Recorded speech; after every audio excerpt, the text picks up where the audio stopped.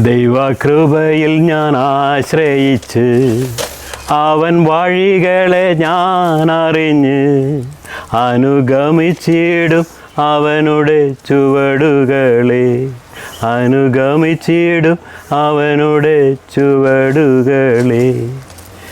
എൻ്റെ പേര് ഉമ്മൻ ജോർജ്. അതിൻ്റെ അറ്റത്ത് ഒരു W ഉണ്ട്, വലിയ മണ്ണിൽ. എൻ്റെ ഗ്രാൻഡ് ഫാദർ അറിയപ്പെടുന്ന ഒരു വാഗ്മിയും എഴുത്തുകാരനും ശില്പിയും അങ്ങനെ നാനാ തുറകളിൽ ബഹുമുഖ വ്യക്തിത്വം കാഴ്ചവെച്ച ഒരാളാണ്. അദ്ദേഹത്തിൻ്റെ നാട് കിഴുവായ്പൂര് ആയിരുന്നു. അദ്ദേഹത്തിന് 10 മക്കളാണ്.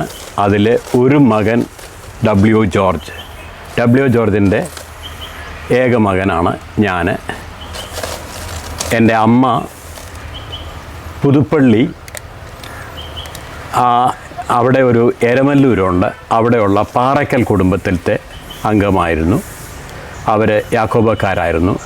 എൻ്റെ ഗ്രാൻഡ് ഫാദർ മാർത്തോമക്കാരനായിട്ട് ജന്മം കൊണ്ടും പിന്നെ പ്രവർത്തനത്തിൽ CMSലും അച്ഛനായിട്ട് ഒരുപാട് കാലം പല ഇടങ്ങളിൽ ജോലി ചെയ്തിട്ടുണ്ട്. ഈ ആലുവയിലും അങ്ങനെ. ഇപ്പം നമ്മൾ നിൽക്കുന്ന ഈ പ്രദേശത്തും എൻ്റെ ഗ്രാൻഡ് മദർ വന്ന് ഇവിടുത്തെ പ്ലാന്റേഷൻ ഞങ്ങളുടേതല്ലാതിരിക്കുന്ന ഒരു കാലത്ത് ഇത് വെല്ലുമിച്ചയാണ് ഇവിടെ ആദ്യം കുറേ മരങ്ങളൊക്കെ വെച്ചത്. രണ്ടാമത് ഞാൻ പഠിച്ചത് ഇവിടെ അടുത്തുള്ള ഒരു പ്രൈമറി സ്കൂളിലാണ്, കിഴുമാട് പ്രൈമറി സ്കൂൾ, ഗവൺമെൻറ് സ്കൂൾ. ഒരു വിശേഷണവും പറയാനില്ലാത്ത ഒരു കാലത്താണ് അവിടെ പഠിച്ചത്. അതിനുശേഷം എനിക്കൊരു ഭാഗ്യം ലഭിച്ചത് മഹിളാലയം എന്ന് പറഞ്ഞ ഒരു ക്രൈസ്തവ വിദ്യാലയം ഞങ്ങളുടെ തൊട്ടടുക്കലുണ്ട്. പക്ഷേ അത് പെൺകുട്ടികൾക്കുള്ളതാണ്. പക്ഷേങ്കിൽ അവിടെ അന്നത്തെ കാലത്ത് first form, second form, third form എന്ന് പറയുന്ന 3 ക്ലാസ്സുകൾ ഞാൻ അവിടെ അവരുടെ കൂടെ ആയിരുന്നു. അങ്ങനെ ഒത്തിരി, ഇന്നത്തെ ഭാഷയിലല്ല, പക്ഷേങ്കിൽ ഒത്തിരി ഗേൾ ഫ്രണ്ട്സ് എനിക്ക് അങ്ങനെ കിട്ടാനായിട്ട് ഇടയായി. അതിനുശേഷം ഏറ്റവും ഉഴപ്പന്മാർ പഠിക്കുന്ന ആലുവയിലത്തെ സെൻറ്റ് മേരീസ് സ്കൂളിലേക്കാണ് ഞാൻ ചെന്നുപെട്ടത്. 4th form, 5th form, 6th form. ആ കാലഘട്ടത്തിൽ എൻ്റെ പിതാവിൻ്റെ അമ്മ മരിച്ചതോടുകൂടി കിഴുവായ്പൂരുമായിട്ടുള്ള വ്യക്തിപരമായ ബന്ധങ്ങൾ അവിടെ അവസാനിച്ചു. എന്നാൽ അമ്മ വീട്ടുകാർ സ്ട്രോങ് ആയിട്ടുള്ള റിലേഷൻഷിപ്പ് കണ്ടിന്യൂ ചെയ്തു. അതുകൊണ്ട് ഞാൻ കൂടുതൽ ഓർക്കുന്നതും ജീവിതത്തിൽ പ്രവർത്തന ശൈലിയിൽ കൂടുതൽ കോപ്പി ചെയ്യാൻ ശ്രമിച്ചതും എൻ്റെ അമ്മയുടെ അപ്പനെയാണ്. അമ്മയുടെ അപ്പൻ യാമപ്രാർത്ഥനയൊക്കെ നടത്തുന്നത് കണ്ട് അന്തം വിട്ട് ഒരു കൊച്ചുകുട്ടിയായിട്ട് അദ്ദേഹത്തിൻ്റെ കൂടെ ചാവടിയിൽ കിടന്ന ദിവസങ്ങൾ എൻ്റെ ഓർമ്മയിലുണ്ട്. ഒരിക്കലും മരിക്കാത്ത ഓർമ്മകളാണത്. ആ മനുഷ്യൻ 85-ാമത്തെ വയസ്സിലും ഞങ്ങളെ വള്ളത്തിൽ ഊന്നിക്കൊണ്ട് സമീപ സ്ഥലങ്ങൾ കാണിക്കാനായിട്ട് വൈകുന്നേരങ്ങളിൽ നടത്തിയ സായാഹ്ന സവാരികൾ ഇന്നും ഹൃദയത്തിൽ പച്ച പിടിച്ച് കിടക്കുന്നുണ്ട്. അതുകൊണ്ട് ദൈവത്തോടും മനുഷ്യനോടും എൻ്റെ അപ്പൻ്റെ ഒരു പ്രമാണം ഒരുപോലെ നീതിക്ക് വേണ്ടി ശ്രമിക്കുക എന്നുള്ള ഒരു തത്വം, with God four men and with men for God, ഇതെൻ്റെ ജീവിതത്തിലേക്ക് എൻ്റെ അപ്പൻ തന്നെയാണ് നൽകിയത്. ഇനി അപ്പനെപ്പറ്റി പറഞ്ഞു കഴിഞ്ഞാൽ, അപ്പൻ ബിഷപ്സ് കോളേജ് കൽക്കട്ടയിൽ പോയി പഠിക്കാൻ ഭാഗ്യം ലഭിച്ച ഒരു വ്യക്തിയാണ്. കേരളത്തിലത്തെ YMCA പ്രസ്ഥാനത്തിൻ്റെ സ്ഥാപകരിൽ ഒരാളാണ്. ആലുവയിൽ അന്ന് ആലുവ ഈ റെയിൽവേ സ്റ്റേഷൻ ആണ് എല്ലാവരും തെക്കുന്നുള്ളവരെല്ലാവരും വടക്കോട്ട് കയറിപ്പോയിക്കൊണ്ടിരുന്നത്. അപ്പം അന്ന് അച്ഛനായിട്ട് റെവറൻഡ് W. ഉമ്മൻ ആലുവയിൽ ചാർജാണ്. ആ വർഷങ്ങൾ അദ്ദേഹത്തിൻ്റെ യുവത്വത്തിൽ അദ്ദേഹം എടുത്തൊരു തീരുമാനമാണ് ഈ കീഴുമാടിൽ വന്നിരുന്ന് 18-ാം വയസ്സ് കംപ്ലീറ്റ് ആയപ്പോൾ പ്രാർത്ഥിച്ച് ഒരു ദർശനം പ്രാപിച്ച ഒരു വ്യക്തിയാണ്. അത് സഭയിലും സഭയ്ക്ക് പുറത്തും ഉള്ള എല്ലാ ആക്ടിവിറ്റീസും, ഇപ്പോൾ ഇവിടെ ഇരുന്നുകൊണ്ട് പറയുകയാണെങ്കിൽ ആശുപത്രി, പഞ്ചായത്ത്, പൗണ്ട്, ഇവിടുത്തെ എല്ലാ റോഡുകളും, ഈ റോഡുകളിൽ കൂടെയുള്ള KSRTCയുടെ ബസ് 57-ൽ കൊണ്ടുവന്നു. അങ്ങനെ എല്ലാ തരത്തിലും ഒരാൾക്കും അനുകരിക്കാനാവാത്ത വിധത്തിലുള്ള സാമൂഹ്യ പ്രവർത്തനത്തിൻ്റെ എല്ലാ മേഖലകളിലും അദ്ദേഹം കടന്നു ചെല്ലുകയുണ്ടായി. മാത്രമല്ല YMCA ക്യാമ്പ് സൈറ്റ് എന്ന് പറഞ്ഞ് ഒരു സെൻറ്റർ സ്ഥാപിച്ചു. അത് കേരളത്തിലത്തെ YMCAകൾക്ക് ഒരു പ്രചോദനവും കൂടി വരവിനുള്ള വേദിയുമായിട്ട് ആലുവ പെരിയാറിൻ്റെ ഓരത്ത് അങ്ങനെ ഒരു സ്ഥലം അപ്പച്ചനാൽ വാങ്ങുവാനും അവിടെ കെട്ടിടങ്ങൾ നിർമ്മിക്കുവാനും ഒക്കെ ഇടയായി. അതിന് അതേ കാലത്ത് തന്നെ ഇവിടെ ആലുവ ബ്ലൈൻഡ് സ്കൂൾ എന്ന് പറഞ്ഞ് ഞങ്ങളുടെ തൊട്ടടുക്കൽ ഒരു സ്ഥാപനവും അതേ പീരീഡിൽ തന്നെ സൃഷ്ടിക്കുവാനിടയായി. ആ തരുണത്തിൽ ഞാൻ ഓർക്കുന്നത് എൻ്റെ ഗ്രാൻഡ് ഫാദറും മല്ലപ്പള്ളി പള്ളിക്കൂടം ഹൈസ്കൂള് പണിയിപ്പിച്ചത് 30s ഞാൻ ഓർക്കുന്നത്. വർഷം എനിക്ക് കൃത്യമായിട്ട് ഓർമ്മയില്ല. പക്ഷേ അതേ സമയത്ത് തന്നെയാണ് ഇമ്മാനുവൽ ചർച്ചും പണിയെഴിപ്പിച്ചത്. അത് ഇന്നും പ്രൗഢമായിട്ട് കരിങ്കല്ലിൽ പണിത 2 ഇത് അപ്പച്ചൻ്റെയും വല്യപ്പച്ചൻ്റെയും ഒക്കെ ഓർമ്മ തുടിക്കുന്ന, ചിലപ്പോൾ ഒക്കെ യാത്രകൾക്ക് താല്പര്യം വരുമ്പോൾ പോകാറുണ്ട്, കാണാറുണ്ട്. എൻ്റെ 2 ജ്യേഷ്ഠൻ്റെ മക്കൾ കസിൻസാണ്. കസിനായിട്ടുള്ള ജ്യേഷ്ഠൻ്റെ മക്കൾ ഹൂസ്റ്റണിലുണ്ട്. ഒന്ന് ജോൺ W. വർഗീസ്, 2 പ്രസാദ് എന്നാണ് ഞങ്ങൾ വിളിക്കുന്നത്, ജോൺ ഉമ്മൻ. അങ്ങനെ 2 വ്യക്തികൾ അവിടെ ഉണ്ട്. മറ്റ് കാര്യങ്ങൾ എൻ്റെ വിദ്യാഭ്യാസത്തെപ്പറ്റി പറയുകയാണെങ്കിൽ ഞാൻ UC കോളേജിലാണ് പഠിച്ചത്. അത് ഒരു തെക്കരും വടക്ക് സ്ഥാപിച്ചിരിക്കുന്ന ഒരു സ്ഥാപനത്തിൽ തെക്കര് ധാരാളമായിട്ട് വന്ന് ബോർഡിങ്ങിൽ പഠിക്കുന്ന ഒരു കാലഘട്ടമായിരുന്നു. അന്ന് ചെങ്ങന്നൂർ കോളേജ് പോലും ഉണ്ടായിട്ടില്ല. അപ്പം അവിടേക്ക് ധാരാളം ആൾക്കാർ വന്നപ്പോൾ ഈ നമ്മുടെ എന്ന് പറയുന്നത് ആ തെക്കരാണെന്നുള്ള ഒരു തിരിച്ചറിവ് എനിക്ക് ആ കാലഘട്ടത്തിൽ കിട്ടാൻ. എന്നാൽ ഞാൻ ഡേ സ്കോളേഴ്സിൻ്റെ പ്രതിനിധിയായിട്ടൊക്കെയാണ് എലക്റ്റഡ് ആയത്. ഫൈനൽ ഇയറിൽ ഞാൻ കോളേജ് യൂണിയൻ സെക്രട്ടറിയുമായിരുന്നു 64-65. ഇത് കാണുകയോ എന്തെങ്കിലും ചെയ്യുകയാണെങ്കിൽ പഴയ കൂട്ടുകാരാരെങ്കിലും ഉണ്ടെങ്കിൽ എന്നെ ബന്ധപ്പെടാനായിട്ട് ശ്രമിക്കണമെന്ന് ഞാൻ ആവശ്യപ്പെടുകയാണ്. അവിടത്തെ പഠിത്തം കഴിഞ്ഞ് ഉടനെ തന്നെ ഏറ്റവും വലിയ സ്ഥാപനമായ ഈ FACTയിൽ ഒരു ജോലി അപ്രൻറ്റീസായിട്ട് എനിക്ക് ലഭിച്ചു. ആ കാലയളവിൽ ലയോള കോളേജ് ട്രിവാൻഡ്രത്ത് നിന്ന് 2 പേര് ഇവിടെ YMCAയിൽ ഒരു പ്രോഗ്രാമിന് വന്നപ്പോൾ അവരിൽ നിന്ന് ഉത്തേജനം പ്രാപിച്ചാണ് ഞാൻ എൻ്റെ PG ചെയ്യാനായുള്ള തീരുമാനമെടുത്തതും അത് MSW ആയിരിക്കണം എന്ന് തീരുമാനിച്ചതും. എൻ്റെ സ്പെഷ്യലൈസേഷൻ പേഴ്സണൽ മാനേജ്മെൻ്റ് ആയിരുന്നു. പക്ഷേങ്കിൽ ഞാൻ ആരംഭിച്ച് ഈ പഠിത്തം കഴിഞ്ഞ് 68 പുറത്ത് വന്നപ്പോൾ FACTയിൽ തിരിച്ച് കയറാനായിട്ടുള്ള എൻ്റെ ശ്രമം സാധിച്ചില്ല. ചില വിഷയങ്ങളുണ്ടായതുകൊണ്ട് അതിൻ്റെ ഓർഗനൈസേഷണൽ പ്രോബ്ലംസ് ഉണ്ടായിരുന്നു. അതുകൊണ്ട് തിരിച്ച് ഞാൻ കെമിസ്റ്റായിട്ട് ജോയിൻ ചെയ്യാതെ മാറി നടന്ന് ആ സമയത്ത് ഞാൻ എൻ്റെ അപ്പനോട് ചേർന്ന് ആദ്യമേ അപ്പൻ്റെ കൂടെയാണ് കമ്മ്യൂണിറ്റി ഓർഗനൈസേഷനും ഗ്രൂപ്പ് വർക്കും ഒക്കെ പ്രാക്ടീസ് ചെയ്തത്. അങ്ങനെ ഇരിക്കുമ്പോൾ എനിക്ക് സെറ്റിൽമെൻറ്റ് എന്ന് പറഞ്ഞൊരു സ്ഥാപനം അധംകൃത വിഭാഗത്തിൽ നിന്ന് ക്രിസ്തുവിനെ അറിഞ്ഞ് അവനെ സ്നേഹിച്ച് അവനാൽ വേർപെടുത്തി കൊണ്ടുവന്ന ജനം താമസിച്ചിരുന്ന ഒരു 200 ഏക്കറോളമുള്ള ഒരു പ്രദേശം ചാലക്കുടിക്ക് അടുക്കലായിട്ടുണ്ട്. അവിടുത്തെ കമ്മ്യൂണിറ്റി ഓർഗനൈസറായിട്ട് അവിടുത്തെ അന്നത്തെ ഡെസിഗ്നേഷൻ കേസ് വർക്കറിനായിരുന്നു അവിടെ ആയിരിക്കാൻ ഇടയായി. 1 വർഷത്തോളം ഞാൻ അവിടെ ആയിരുന്നു. വലിയ ഓർമ്മകൾ നൽകിയ ഒരു സ്ഥലമാണ്. അതിൻ്റെ തെറ്റുകളും കുറവുകളും എല്ലാം എനിക്ക് മനസ്സിലാകുവാനായിട്ട് ഇടയായി. അവിടെ നിന്നിരിക്കുമ്പോഴാണ് എൻ്റെ ഒരു സ്നേഹിതൻ മെഡിക്കൽ കോളേജിൽ എനിക്ക് ഒരു വേക്കൻസി ഉണ്ടാകുന്നു എന്നറിയിക്കുകയും ഇന്ത്യൻ കൗൺസിൽ ഓഫ് മെഡിക്കൽ റിസർച്ചിൻ്റെ ഒരു റിസർച്ച് പ്രൊജക്റ്റിൽ അംഗമാകുവാൻ 2 വർഷം അവിടെ അവരോട് ചേർന്ന് പ്രവർത്തിക്കുവാൻ, അത് ഡാനിഷ് ഗവൺമെൻറ്റും ഇന്ത്യ ഗവൺമെൻറ്റും ചേർന്നിട്ടുള്ള ഒരു പ്രവർത്തനത്തിൽ ഏർപ്പെടുവാനും വീടുകൾ സന്ദർശിക്കുവാനും രോഗനിശ്ചയം ചെയ്യുന്ന ഡോക്ടറെ കൂടെ നിന്നുകൊണ്ട്, ലേഡി ഡോക്ടറാണ് മെയിൽ സോഷ്യൽ വർക്കറുടെ കൂട്ടത്തിൽ വന്നത്. ഇന്ന് അവൾ ഇല്ല, ദിവംഗതയായി. ഞങ്ങൾ അങ്ങനെ ആ ഒരു പീരീഡ് കഴിഞ്ഞിട്ട് അങ്ങനെ ഇരിക്കുമ്പോഴാണ് ഇടുക്കി ഡാമിൻ്റെ കൺസ്ട്രക്ഷൻ നടക്കുന്നത്. ആ ഇടുക്കി ഡാമിൻ്റെ കൺസ്ട്രക്ഷനിൽ അവിടെ ഒരു ലേബർ ഓഫീസറുടെ വേക്കൻസി ഉണ്ടെന്ന് അറിഞ്ഞ് 71 ഞാൻ അവിടെ ജോയിൻ ചെയ്യാൻ ദൈവം സഹായിച്ചു. 71 ഞാൻ അവിടെ കയറി. 72 എൻ്റെ ജീവിത പങ്കാളി എൻ്റെ ജീവിതത്തിലേക്ക് വന്നപ്പോൾ തിരിച്ച് നാട്ടിൽ വന്ന്, അതായത് ആലുവയിൽ വന്ന് ഭവനത്തിൽ തന്നെ താമസിക്കണമെന്നുള്ള ആഗ്രഹത്തോടു കൂടി പെട്ടെന്ന് എനിക്ക് ഒരു ജോലി ഇവിടെ അടുത്ത് വലിയ കമ്പനിയായിട്ട് പ്രവർത്തിക്കുന്ന ട്രാവൻകൂർ റയൻസ് പെരുമ്പാവൂരിൽ ഒരു വെൽഫെയർ ഓഫീസറായിട്ട് ജോലി കിട്ടി. ഒരു പക്ഷെങ്കിൽ അത് ജോലിയിലൊരു പ്രൊമോഷനായിട്ട് കണക്കാക്കാൻ ഒക്കത്തില്ലെങ്കിലും എനിക്ക് എൻ്റെ ജീവിതത്തിൻ്റെ അടിത്തറ പണിയാനായിട്ട് ആ കാലഘട്ടം ഉപയോഗിക്കപ്പെട്ടു. 3 വർഷം അവിടെ തികച്ചപ്പോൾ അവിടെ ഒരു സമരമൊക്കെ വന്ന് അങ്ങനെ കമ്പനിയുടെ പോക്ക് ശരിയല്ല എന്ന് കാണുന്ന സമയത്ത് പെട്ടെന്ന് അപ്പോളോ ടയേഴ്സ് എന്ന് പറഞ്ഞ ഒരു പുതിയ ഓർഗനൈസേഷൻ ചാലക്കുടിയിലുണ്ടാകുന്നതായിട്ട് അറിയുകയും അവിടെ ശ്രമിച്ചപ്പോൾ അവിടെ പേഴ്സണൽ ഡിപ്പാർട്ട്മെൻ്റ് ഒരു എക്സിക്യൂട്ടീവായിട്ട് ജോലി കിട്ടി. 76 മുതൽ 81 വരെ അവിടെ തുടർന്നു.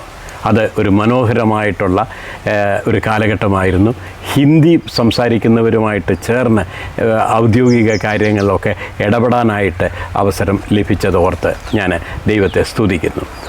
അന്നൊക്കെ CSIക്കാരനാണ്, കൊയറിപ്പോകും പാടും എന്നുള്ളതല്ലാതെ യേശുവിനെ ഞാൻ അറിഞ്ഞിരുന്നില്ല. എന്നാൽ യേശുവിനെ അറിയാനായിട്ട് ദൈവം മുന്നമേ കരുതി എന്നെ സൂക്ഷിച്ചു എന്ന് എനിക്കറിയാം. പല വാഹനാപകടങ്ങളിൽ നിന്നും ആ കാലത്ത് രക്ഷിക്കപ്പെടുവാൻ അതല്ലാതെ മറ്റൊരു കാരണവുമില്ല, എൻ്റെ വൈദഗ്ധ്യം ഒന്നുമല്ല.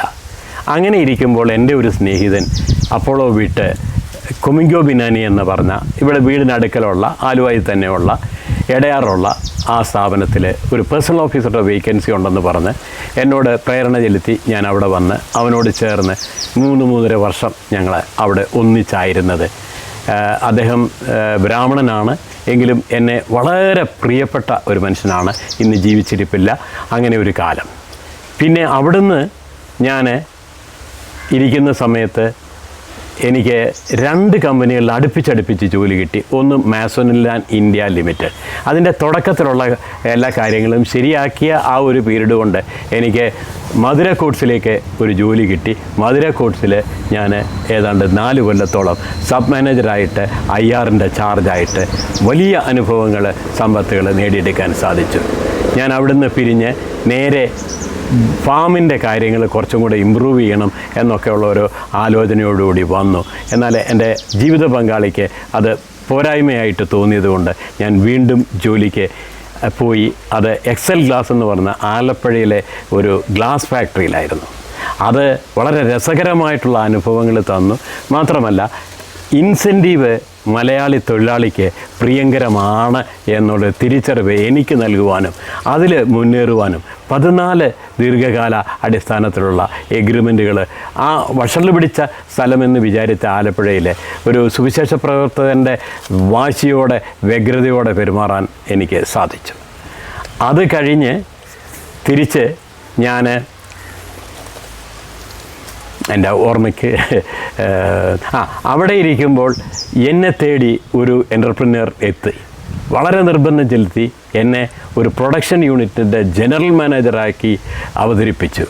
തൊടുപുഴയിൽ അത് ഒരു ഈ വേസ്റ്റ് പേപ്പറിൽ നിന്ന് കാർട്ടൺസിലേക്ക് ഉള്ള ഒരു ഇതായിരുന്നു അതിൻ്റെ പ്രവർത്തനം. പക്ഷേങ്കിൽ അതിൻ്റെ പ്രവർത്തന ശൈലിയിൽ മാനേജ്മെൻറ്റ് ഭാഗത്തു നിന്ന് പല പോരായ്മകളും ഉണ്ടായതുകൊണ്ട് സ്ഥാപനം പെട്ടെന്ന് അടച്ചുപൂട്ടേണ്ട അവസ്ഥ വന്നു. അങ്ങനെ ഞാനിരിക്കുമ്പോഴാണ് ഞാൻ അന്ന അലൂമിനിയത്തിൽ ഒരു ബ്രീഫായിട്ട് അഡ്മിനിസ്ട്രേഷനിൽ ജോലി ചെയ്യാൻ. അപ്പോൾ ഇതെല്ലാം എനിക്ക് പുതിയ പുതിയ അനുഭവങ്ങൾ നൽകുകയായിരുന്നു. അതിനുശേഷം ഞാൻ കുറച്ച് നാൾ ഈ കൊങ്കിണി എന്ന് പറയുന്ന ആ ആളുകളുടെ അവരുടെ ഒരു കമ്പനിയുടെ ഗ്രൂപ്പിൻ്റെ മുഴുവൻ പേഴ്സണൽ മാനേജറായിട്ടൊരു ചെറിയ കാലം അവരോടും കൂടെ ചേർന്ന് പ്രവർത്തിക്കുക. നമുക്ക് ഓർമ്മയുണ്ടായിരിക്കും, ഒരു മാഗസിൻ ഉണ്ടായിരുന്നു, കുട്ടികൾക്കായിട്ടുള്ളൊരു മാഗസിൻ. കൊങ്കിണിയാണോ? അല്ല, മലയാളത്തിലെ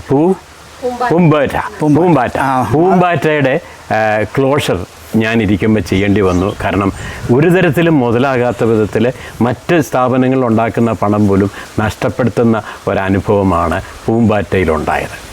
പൂമ്പാറ്റയിൽ നിന്ന് ഞാൻ കുറച്ച് കാലത്തേക്ക് ഈ വർക്കുമായിട്ട് ബന്ധമില്ലാത്ത തരത്തിൽ മെഡിക്കൽ ഫീൽഡിലേക്ക് പോയി. അത് ഇവരുടെ ഈ PVS ഗ്രൂപ്പിൻ്റെ ഒരു ഹോസ്പിറ്റലുണ്ടായിരുന്നു കലൂര്, എറണാകുളത്ത്. അവിടെ വർക്ക് ചെയ്യുന്ന സമയത്ത് മനോരമയിലത്തെ ഒരു എക്സിക്യൂട്ടീവ് അവിടെ രോഗബാധിതനായിട്ട് വന്നു. അങ്ങേരോട് ചെറുതായിട്ട് സംസാരിച്ച് കഴിഞ്ഞപ്പോൾ അങ്ങേരുടെ രോഗത്തിൻ്റെ കാരണം ഒരു പുതിയ പ്രൊജക്റ്റ് മഹാരാഷ്ട്രയിലെ ലാത്തൂര് ഉണ്ടായിട്ടുണ്ട്, അതിന് പറ്റിയ ഒരാളെ കിട്ടുന്നില്ല എന്ന് പറഞ്ഞു. അപ്പം ഞാൻ പറഞ്ഞു, 1000 രൂപ എനിക്ക് കിട്ടുന്നതിലും കൂടുതൽ തരാമെങ്കിൽ ഞാൻ വരാം സാറേ, നിൻ്റെ അപ്പൻ സമ്മതിക്കുമോ? അപ്പനെയൊക്കെ അറിയുന്ന ആളാണ്. ചോദിച്ചു, ഞാൻ വരാമെന്ന് പറഞ്ഞു. അങ്ങനെ ദൈവത്തിൻ്റെ ഒരു കരുണ കൊണ്ട് ഞാൻ ഒരിക്കലും സ്റ്റേറ്റ് വിട്ട് പോകുമെന്ന് ഞാൻ വിചാരിച്ചതല്ല. പക്ഷേങ്കിൽ സ്റ്റേറ്റ് വിട്ട് 94 ഞാൻ മഹാരാഷ്ട്രയുടെ ഒരു ഉൾഗ്രാമം ബാനേഗാവിൽ ചെന്നുപെടുവാനും അവിടുത്തെ ജനതയുടെ ഉൾക്കാമ്പുകളെ കൃത്യമായിട്ട് അറിയുവാനും സ്നേഹത്തിൽ നിറയുവാനും സ്നേഹം പകരുവാനും ഒക്കെ ദൈവം ഇടയാക്കി. അപ്പോൾ എനിക്ക് വീട്ടിൽ വിളിക്കുന്ന പേര് ബാബുജി എന്നാണ്. ബാബുജിയുടെ പേരിൻ്റെ അവരെ അത് മാസ്റ്റർ എന്നുള്ള നിലയിൽ എടുക്കുകയും അങ്ങനെ വളരെ എനിക്ക് തൃപ്തിയുള്ള ഒരു ജോലി ചെയ്തു തീർക്കുവാൻ ദൈവം അനുവദിച്ചു. 178 വീടുകൾ ഞങ്ങൾ ആ സമയത്ത് അവർക്കായി നിർമ്മിച്ച് കൊടുക്കുവാനായിട്ട് ദൈവം എന്നെ ചുമതലപ്പെടുത്തിയല്ലോ എന്നോർത്ത് ദൈവത്തിലേക്ക് തിരിച്ച് നടക്കുന്ന ഒരു സന്ദർഭമായിരുന്നു. അവിടെ എൻ്റെ കൂടെ ചെറിയൊരു ടീമിനെയാണ് ഞങ്ങൾ കൊണ്ടുപോയിരുന്നത്. അത് ഞങ്ങളെ നയിച്ച രാജൻ മാത്യു സാറിനെ ഞാൻ കൃത്യം ഓർക്കുന്നു. അദ്ദേഹം ഇന്നില്ല, ഭൂമുഖത്തില്ല. വലിയ സ്നേഹം ഞാൻ അദ്ദേഹത്തിൽ നിന്ന് അനുഭവിച്ചിട്ടുണ്ട്, എൻകറേജ്മെൻ്റ് അനുഭവിച്ചിട്ടുണ്ട്. അങ്ങനെ ആ കാലം കഴിഞ്ഞപ്പോൾ ഞാൻ തിരികെ വന്നപ്പോൾ എനിക്കൊരു ഓപ്പറേഷൻ ഫേസ് ചെയ്യേണ്ടി വന്നു. ധാരാളമായിട്ട് വെള്ളം കുടിക്കാത്തത് കൊണ്ട് കിഡ്നിയിൽ എനിക്ക് കിഡ്നിയിലല്ല, എനിക്ക്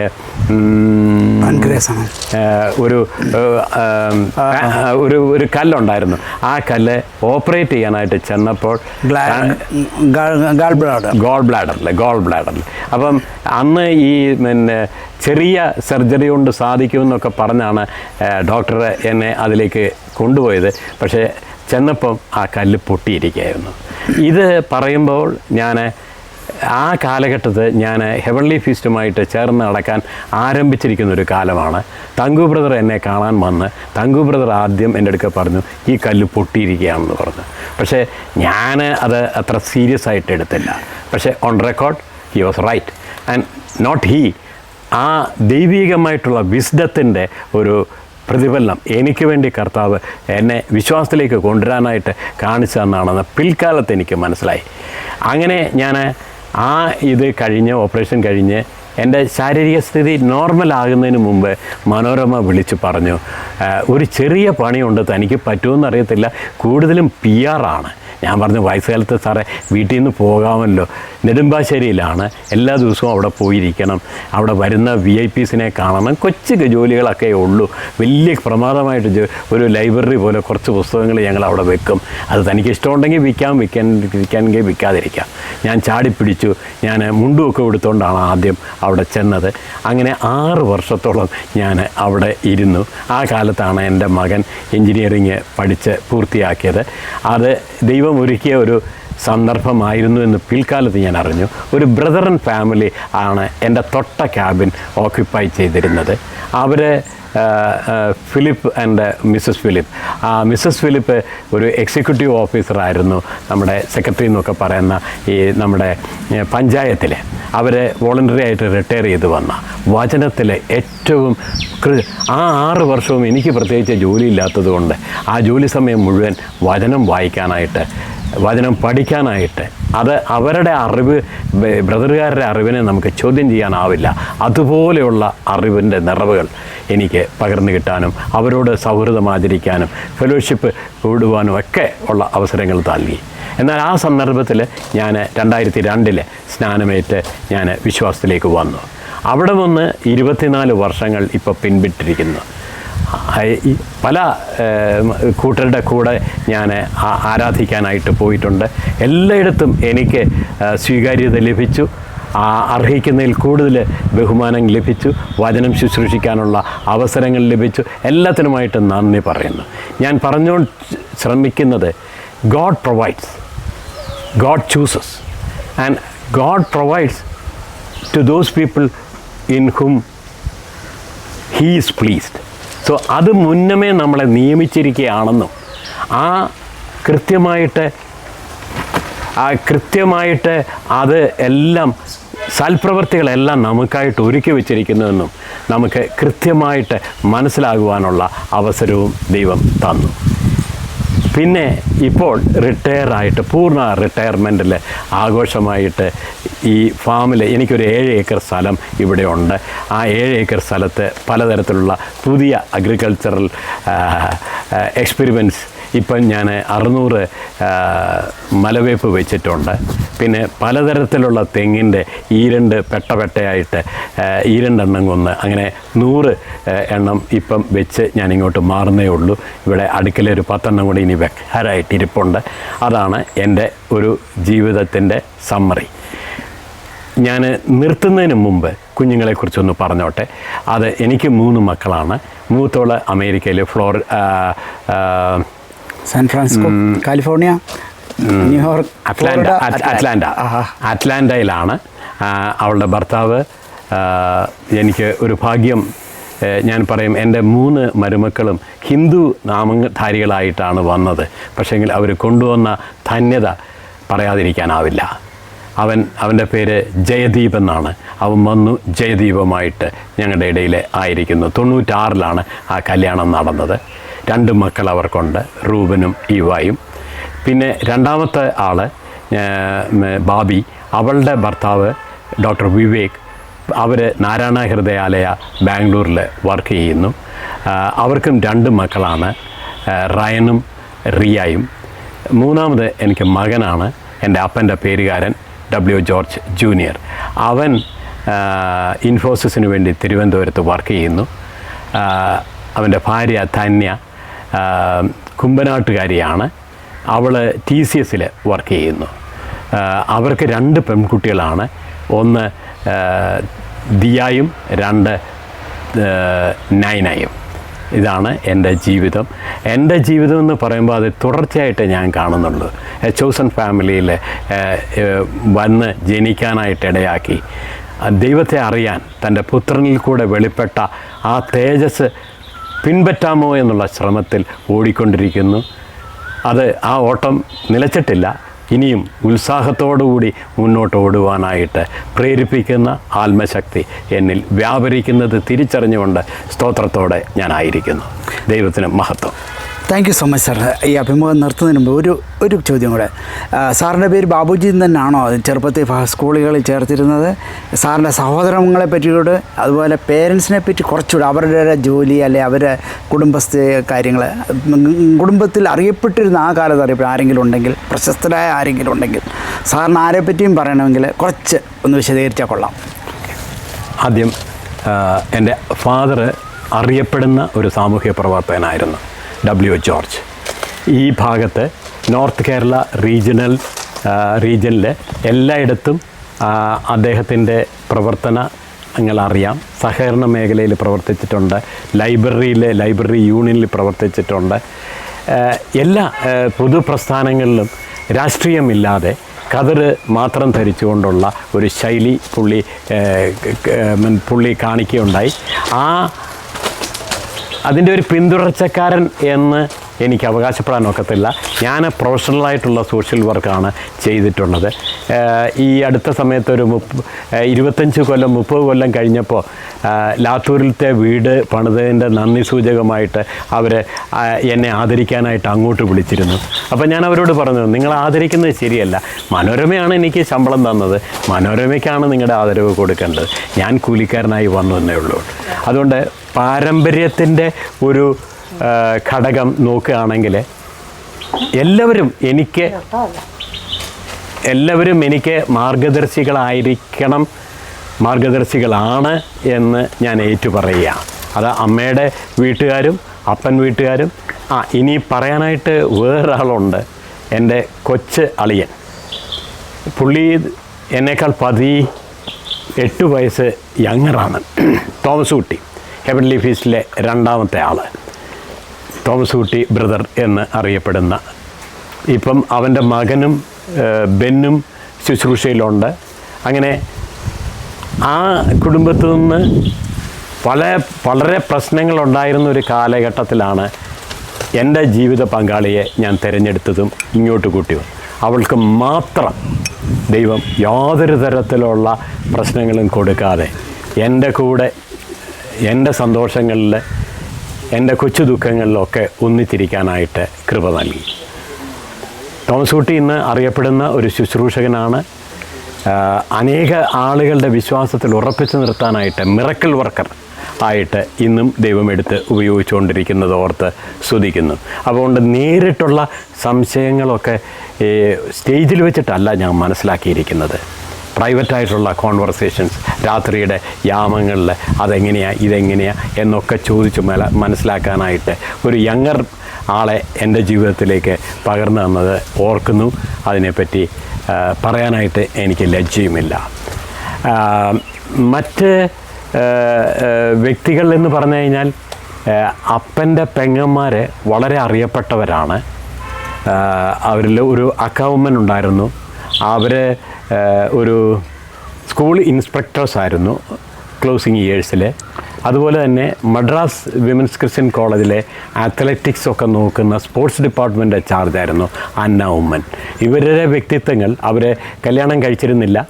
അതുകൊണ്ട് തന്നെ അവരുടെ പ്രസൻസ് ഞങ്ങളുടെ എല്ലാ വീടുകളിലും വളരെ ശക്തമായിട്ടുണ്ടായിരുന്നു. എൻ്റെ സഹോദരി തൊട്ടടുക്കലാണ് താമസിക്കുന്നത്. അവളുടെ പേര് ഞാനിട്ട പേരാണ് കുഞ്ഞുഞ്ഞ് വീട്ടിൽ വിളിക്കുന്നത്. മേരി എന്നാണ് പേര്. അവൾ അത്ലറ്റിക്സിലും സ്പോർട്സിലുമൊക്കെ യൂണിവേഴ്സിറ്റിയിലൊക്കെ റെപ്രസെൻ്റ് ചെയ്തിട്ടുണ്ട് 60കളിൽ. പിന്നീട് ഒരു ട്യൂഷൻ സെൻറ്റർ നിർമ്മല കോളേജ് എന്ന് പറഞ്ഞ് നടത്തിയിട്ടുണ്ട്. അദ്ദേഹത്തിൻ്റെ ഭർത്താവ് FACTയിലെ ഡെപ്യൂട്ടി ജനറൽ മാനേജറായിട്ട് റിട്ടയർ ചെയ്തു. അത് കെമിസ്ട്രിയിൽ നിന്ന് പ്രൊമോഷനായിട്ട് അങ്ങനെ ആ ഉയരങ്ങളിലേക്ക് ചെല്ലാൻ സാധിച്ചതാണ്. അവരുടെ മക്കളെ കൂടെ ഓർത്തോട്ടെ. ഡോക്ടർ സുമ, അവൾ ഇപ്പം സലാലായിലുണ്ട്. രണ്ടാമത്തേത് സുബിൻ, അവൻ അമേരിക്കയിലാണ്. സ്ഥലത്തിൻ്റെ പേര് കിട്ടുന്നില്ല. പിന്നെ ഇളയ മകള് ഇവിടെ കോലഞ്ചേരി ഹോസ്പിറ്റലിലെ ഒരു ചൈൽഡ് സൈക്കോളജിസ്റ്റായിട്ട് ജോലി ചെയ്യുന്നു. പിന്നെ ഒരു ചോദ്യം ചോദിച്ചത്, പ്രൈമറി സ്കൂളിൽ സാറിൻ്റെ അധ്യാപകരെ ആരെങ്കിലും ഓർക്കുന്നുണ്ടെങ്കിൽ, അല്ലെങ്കിൽ സാറ് ഇൻഫ്ലുവൻഷ്യലായിട്ട് കണ്ട ഒരു വ്യക്തി ആരായിരുന്നു സാറിൻ്റെ മോൾഡ് ചെയ്യുന്നതിൽ? ഓർമ്മയിലുണ്ടെങ്കിൽ പറഞ്ഞാൽ മതി. അങ്ങനെ സ്കൂളിൽ വെച്ചിട്ട് ആരുമില്ലായിരുന്നു. പക്ഷേങ്കിൽ 6ാം ക്ലാസ്, 7ാം ക്ലാസ്, 8ാം ക്ലാസ് കഴിഞ്ഞിട്ട്, അന്ന് 8 എന്നാണ് അതിനെ വിളിച്ചുകൊണ്ടിരുന്നത്, ആ ഒരു ക്ലാസ്സിലേക്ക് പോകുമ്പം ഇവിടെ മഹളാലയം സ്കൂളിലത്തെ ഒരു ടീച്ചർ ദൈവപുരുഷ എന്നെ വിളിച്ചു. അപ്പം ദൈവ മനുഷ്യ എന്തോ വിളിച്ചു. അപ്പോൾ അതൊരു വല്ലാത്തൊരു വിളിയായിപ്പോയി. ഞാൻ കൊച്ചമ്മയുടെ അടുക്കൽ, കൊച്ചമ്മയെന്നാണ് അവിടെ ടീച്ചേഴ്സിനെ വിളിക്കുന്നത്, ഞാൻ അടുത്ത് ചെന്നപ്പോൾ പറഞ്ഞു, നീ ഉമ്മനത്തിൻ്റെ കൊച്ചുമകനല്ലേ, അതുകൊണ്ടാണ് നിന്നെ അങ്ങനെ വിളിച്ചതെന്ന് പറഞ്ഞു. ഒരു എക്സ്പ്ലനേഷൻ ചോദിച്ചത് ഞാൻ ഓർക്കുന്നു. പിൽക്കാലത്ത് ഈ വിളി സ്ട്രോങ്ങറായിട്ട് ഫീൽ ചെയ്തപ്പം ഞാൻ അതിൻ്റെ അർത്ഥം മനസ്സിലാക്കി. കാരണം കർത്താവ് ഒരു മാർക്ക് ഇടുകയായിരുന്നു ആ ഒരു വിളിയിൽ. കൊച്ചമ്മയിൽ കൂടെ ആ deep desire of God on man അത് എക്സ്പ്രസ് ചെയ്തതായിട്ട് ഞാൻ കണക്കാക്കുന്നു.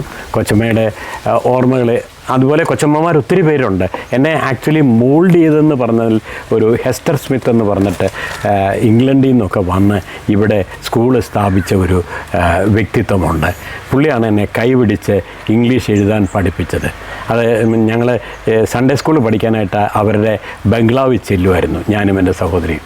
അപ്പോൾ അവരുടെ മണം വരുമ്പോൾ തന്നെ എനിക്ക് പേടിയാണ്. ഈ ഒരു അന്യഗ്രഹത്തിൽ നിന്ന് ഇറങ്ങിയ ഒരു ജീവിയെ പോലെയാണ് ഞാൻ അന്ന് അവരെ കണ്ടത്. പക്ഷേ എത്ര സ്നേഹത്തോടു കൂടി, എനിക്ക് ഉരുളനക്ഷരം ഈ വരത്തില്ല, എൻ്റേതെല്ലാം കോല് പോലെ നീണ്ടുപോകുന്ന. അപ്പോൾ അതിനൊന്ന് ഉരുട്ടാനുള്ള അവരുടെ ശ്രമം ഞാൻ ഇന്നും ആദരവോടുകൂടി ഓർക്കുന്നു.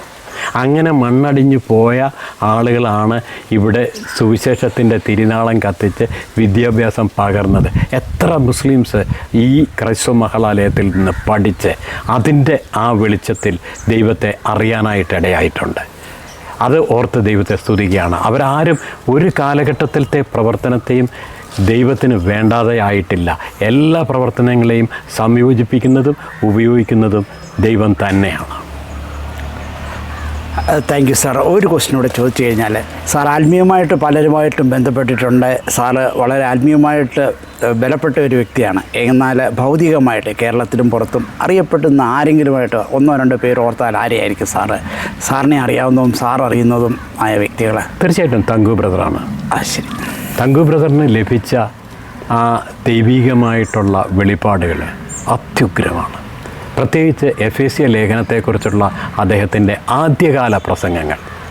അതിനുശേഷം വിവാദങ്ങളിലൊക്കെ ചുഴിയിലൊക്കെ പെട്ടുപോയി. അതിനെക്കുറിച്ചൊന്നും ഞാൻ പറയാൻ ആളല്ല. പക്ഷെങ്കിൽ ആദ്യകാലത്ത് ആ ടെൻറ്റിൽ ഇറങ്ങി നിന്നിരുന്ന ദൈവ സാന്നിധ്യം അനുഭവിച്ച വ്യക്തിയാണ്. അന്ന് പേര് ഓർമ്മയില്ല, ഒരു ആൾ വന്ന് പാടുന്ന സമയത്ത് ഞാൻ ഏതാണ്ട് 50 വയസ്സ് കഴിഞ്ഞിട്ട് 55 വയസ്സൊക്കെ ഉള്ള സമയത്താണ് ഞാൻ ഒരു 4 അടി കൂടുതൽ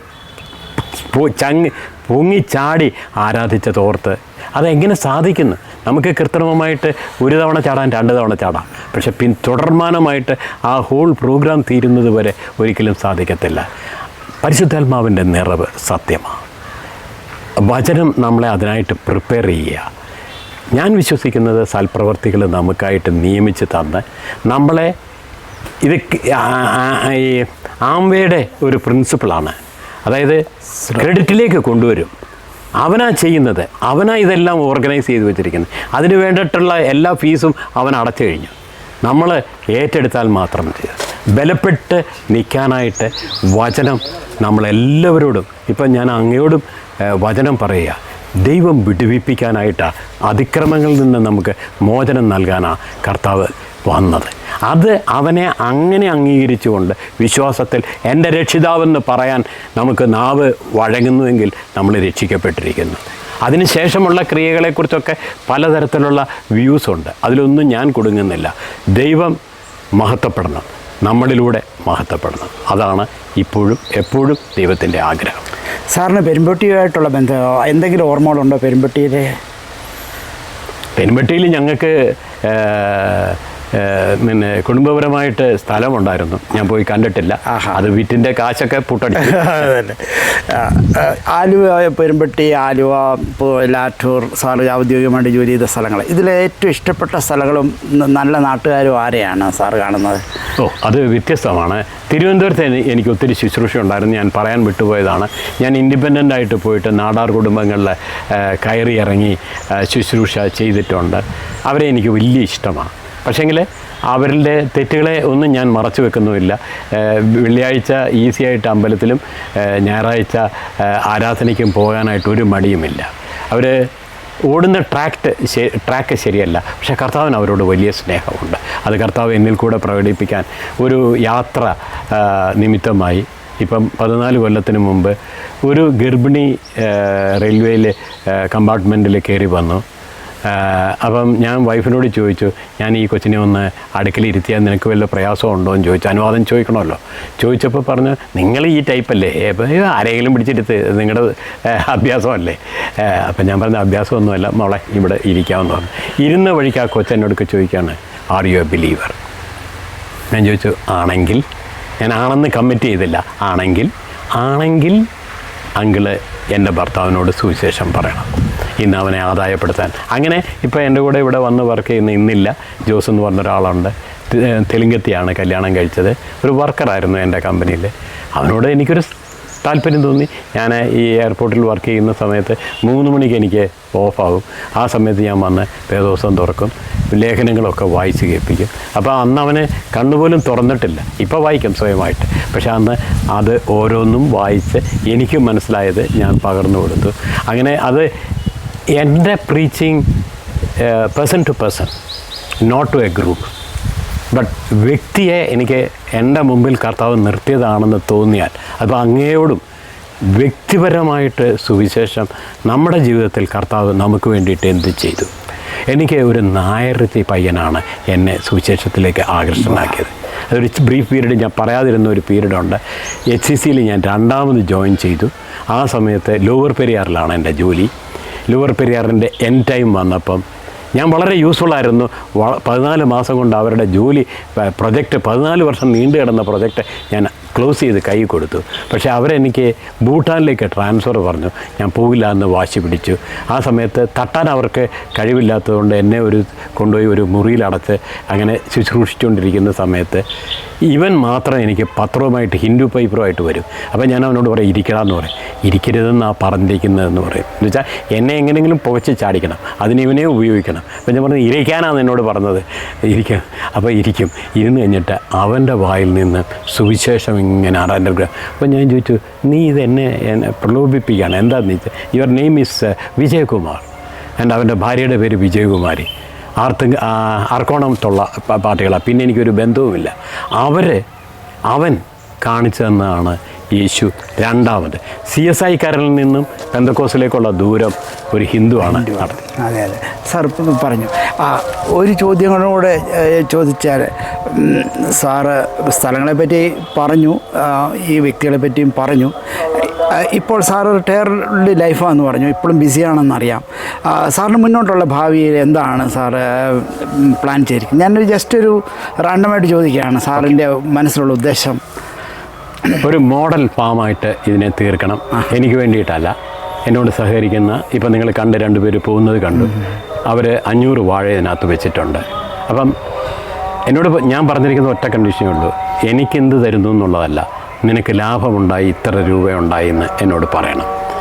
ഈ തൊഴിൽ നിന്നു പോകരുത്, അന്യമായി പോകരുത്. അത് ഞാനും ചെയ്യുന്നുണ്ട്. ഇപ്പം മുകളിൽ 600 മരങ്ങൾ പൊങ്ങി വരുന്നുണ്ട്. അതൊരു 50-50 എഗ്രിമെൻ്റാണ്, ജെൻറ്റിൽമെൻസ് എഗ്രിമെൻറ്റ്. ഇപ്പോൾ ഇത് റെക്കോർഡും ആകുക. അതുപോലെ തന്നെ താഴെ തെങ്ങ് നടുന്നുണ്ട്. അത് രണ്ടും ഒരേ വ്യക്തി തന്നെയാണ് എന്നോട് സഹകരിക്കുന്നത്. അതുപോലെ ഇനി എന്തൊക്കെ പ്രൊജക്റ്റ് കിട്ടിയാലും ഇപ്പം ഞങ്ങൾ പെപ്പറിനെ പറ്റി ആലോചിച്ചുകൊണ്ടിരിക്കുക. ഒരു 100 എണ്ണം പുതിയ രീതിയിൽ പൈപ്പിൽ കയറ്റത്തക്ക വിധത്തിൽ അങ്ങനെയുള്ള പുതിയ പ്രൊജക്ട്സ് അത് എൻ്റെ ജീവിതത്തിൻ്റെ ഒരു ധന്യതയായിട്ട് ഞാൻ കണക്കാക്കും. എനിക്ക് ദീർഘായുസ്സുണ്ട്. അത് കർത്താവിനോട് വാഗ്ദത്തം ചെയ്തിരിക്കുന്ന, ഞാൻ വാഗ്ദത്തങ്ങളിൽ വിശ്വസിക്കുന്നവനാ, മുറുകെ പിടിക്കുന്നവനാ. അപ്പം അതിന് മുമ്പ് എന്തെങ്കിലും വന്നാലേ എൻ്റെ കുഴപ്പമാണ്, കർത്താവിൻ്റെ അല്ല. അത് കർത്താവിനെ അതിൽ കുറ്റം പറയാനോ ഒക്കത്തില്ല. പിന്നെ ശാരീരികമായിട്ട് ഈ ബോഡി എക്സസൈസിന് പകരം ഈ നിത്യമായിട്ട് നമ്മൾ വെള്ളം അടിക്കുക, അതിനു വേണ്ടി ഓടുക, ഇത് വേണ്ടി ഓടുക, അതൊക്കെ മാത്രമല്ല, അത് നമ്മൾ ഓരോരുത്തരെയും ഓരോ സാഹചര്യത്തിൽ നമ്മളെ നിർത്തിയിരിക്കുന്നത് അവിടെ തന്നെ പ്രവർത്തിക്കാനായിട്ട് കർത്താവ്. പിന്നെ ഒരു പ്രദേശത്തോടും എനിക്ക് അങ്ങനെ പ്രത്യേകിച്ച് മമതയോ ഇഷ്ടക്കേടുകളോ ഒന്നുമില്ല. എന്നാൽ ലാത്തൂരത്തെ ഇന്നസെൻസ് ഞാൻ അവരെ വാഴ്ത്തുക തന്നെ ചെയ്യും. കാരണം അത്രയും പാവങ്ങളായിട്ടുള്ള മനസ്സിൽ അവർ റിച്ചാണ്. 75 ഏക്കറും 18 ഏക്കറും എനിക്കവർ വെച്ച് ഓഫർ ചെയ്തത് 15 ഏക്കറും ഒരു പെണ്ണും കിടക്കാനുള്ള കൂടിയും. ഇതിൽ വീട്ടിൽ സാറ് പണിയുന്ന വീട്ടിൽ ഒരു വീടും ഞങ്ങൾ സാറിന് ഗവൺമെൻറ് പറഞ്ഞ് തരയ്ക്കാമെന്ന് പറഞ്ഞത്. ഞാൻ പറഞ്ഞത് ഞാൻ കുറച്ചൊക്കെ ഉണ്ടാക്കി വെച്ചിട്ടുണ്ട്, അങ്ങോട്ട് പോയിക്കോട്ടെ എന്ന്. കൊച്ചുമോനോട് ഞാൻ ഫാമിലിയിലെ കാര്യം എന്നോട് പറഞ്ഞപ്പം താങ്കളുടെ പേരാണ് ആദ്യം അവൈലബിൾ ആയിട്ടുള്ളത്. അതിന് കാരണമുണ്ട്. ലെറ്റ് ദം സ്മൈൽ എന്ന് പറഞ്ഞ അദ്ദേഹത്തിൻ്റെ ഓർഗനൈസേഷനിൽ 2 കൊല്ലക്കാലം ഞാനാണ് അതിൻ്റെ ശില്പിയായിട്ട് ഇവിടുത്തെ ഓപ്പറേഷൻസിനായിട്ട് ഉപയോഗിച്ചത്. Thank you sir. പരിചയപ്പെട്ടതിലും എന്നോട് ഈ ഹ്യൂസ്റ്റൺ വോയിസിനോട് സഹകരിച്ചതിന് ഒത്തിരി സന്തോഷം. 12 മണിക്കൂറിനകത്ത് ഇന്ന് രാവിലെ കൊച്ചുമോനോട് സംസാരിക്കുന്നു, ഇപ്പം 3-4 മണിയായപ്പോൾ നമ്മുടെ റെക്കോർഡിങ് പൂർത്തിയാകുന്നു. സാറ് പോസിറ്റീവായിട്ട് എല്ലാ രീതിയിലും ഞങ്ങളുമായിട്ട് സഹകരിച്ചു. Thank you so much. ഇനി ഒരു അവസരത്തിൽ നമുക്ക് കുറച്ചുകൂടെ വിശദമായിട്ട് ഈ കാര്യങ്ങളെപ്പറ്റി ദൈവം അനുവദിക്കട്ടെ. Thank you so much sir. Right.